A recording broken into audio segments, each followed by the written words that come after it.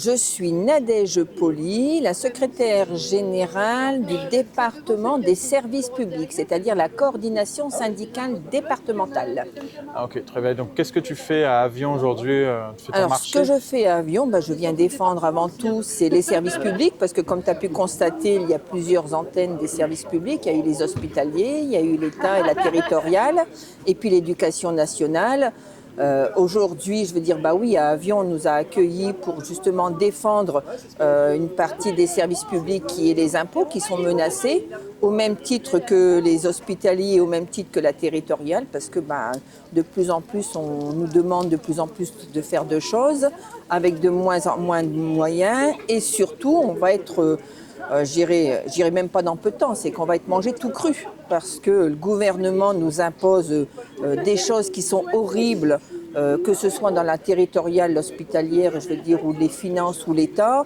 C'est faire beaucoup de choses avec très peu de moyens et surtout très peu de moyens humains. Ce qui fait que aujourd'hui, on a de plus en plus à faire avec l'intelligence artificielle, ce qui fait que les gens, ne serait-ce que remplir une déclaration d'impôt, on ne peut pas.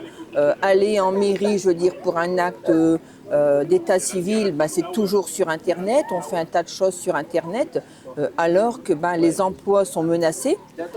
On sait que je veux dire, les départs en retraite sont de moins en moins remplacés. C'est déjà une décision du temps de Sarkozy, où il fallait 3 départs en retraite pour une embauche.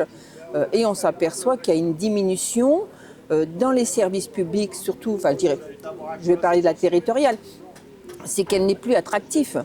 Les gens n'ont plus envie de travailler dans la territoriale parce que les salaires sont très bas. Les conditions de travail, c'est de pire en pire, ça se dégrade parce que la population est aussi exigeante, on peut le comprendre, mais néanmoins, on ne peut pas faire les choses, notre travail correctement avec très peu de moyens. Et là, je veux dire, la dernière chose que le gouvernement nous a pondue, c'est nous supprimer 10% de notre salaire lorsque l'on va être en arrêt de travail. Ce qui fait que forcément 10%, ce qui est énorme, tout en sachant que nous, dans la fonction publique territoriale, on peut comparer avec le privé. Le privé a des meilleurs salaires que la fonction publique. Et aujourd'hui, le gouvernement va nous supprimer 10% à chaque arrêt de travail. Et ça, c'est inacceptable. Oui, parce qu'en plus, c'est quand on annonce ces fermetures de postes-là, on s'imagine toujours, on se dit, c'est la fin en fait, d'un boulot. En fait, on arrive à faire avec moins, mais en fait, la vérité, c'est même pas ça. C'est qu'en fait, c'est des postes qui sont normalement à destination de la fonction publique qui partent en fait dans le privé. Donc, Oui. c'est du patrimoine qui dégage à des profits particuliers, quoi. Voilà, il y a de plus en plus de services qui aujourd'hui, que ce soit les collectivités ou l'État, si on prend l'État, je veux dire, en ce temps-là, il y avait les TOS et puis il y avait les routes qui étaient gérées par l'État, forcément, c'est devenu dans la territoriale. Et il y a des services aujourd'hui dans la fonction publique territoriale qui partent au privé. On le voit bien, je veux dire, les ordures ménagères, c'est géré par des sociétés privées. L'eau a été, même si ça fait longtemps, mais géré par des sociétés privées. Et il y a des services, des pans de services publics qui sont gérés par par le privé.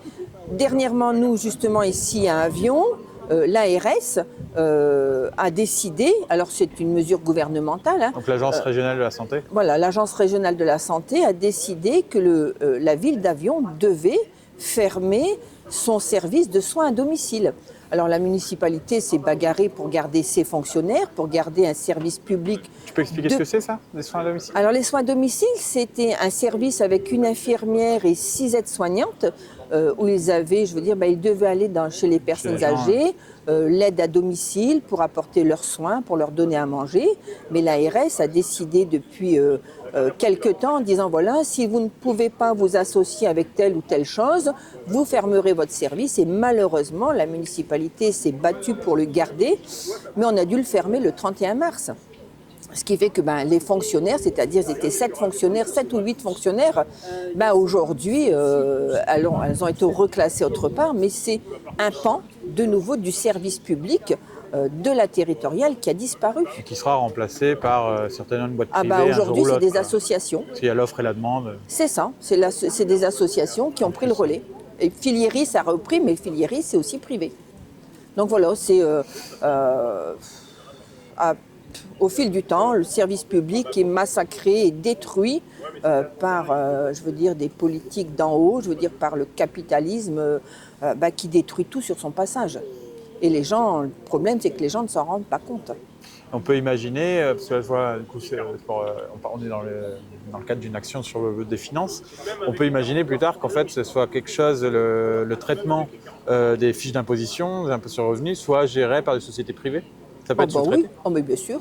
Bah oui, bon, on le sait qu'il y a des sociétés qui étaient au service public et il y a eu un démantèlement, je veux dire, de certaines sociétés qui, on appelle ça le saucisson, je veux dire, ou alors le millefeuille, c'est que certaines parties justement du service public a été donnée au privé et puis les gens ne s'y retrouvent plus. Si on prend sur les pompes funèbres, un exemple tout simple, les pompes funèbres, voilà.